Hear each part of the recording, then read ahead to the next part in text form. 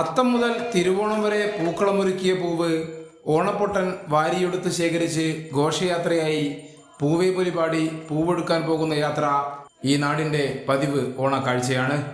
വാദ്യമേളങ്ങളുടെയും വിവിധ കലാരൂപങ്ങളുടെയും അകമ്പടിയിലാണ് ഘോഷയാത്ര പുഴയോരങ്ങളിലേക്ക് നീങ്ങുക.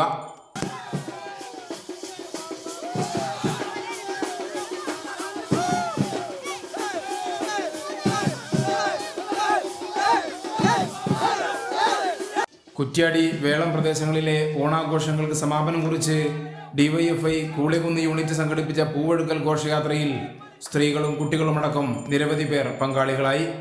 ജാതിമത ഭേദമന്യേ ജനകീയമായ കൂടിച്ചേരലായി ഘോഷയാത്ര മാറി.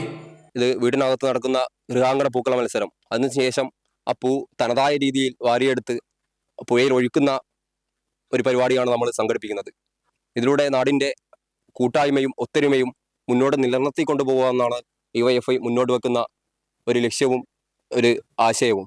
കൂളികുന്നിൽ നിന്നും 2 കിലോമീറ്റർ ഘോഷയാത്രയായി കുറ്റ്യാടിപ്പുഴയുടെ കടവിലെത്തിയാണ് പൂവൊഴുക്കിയത്.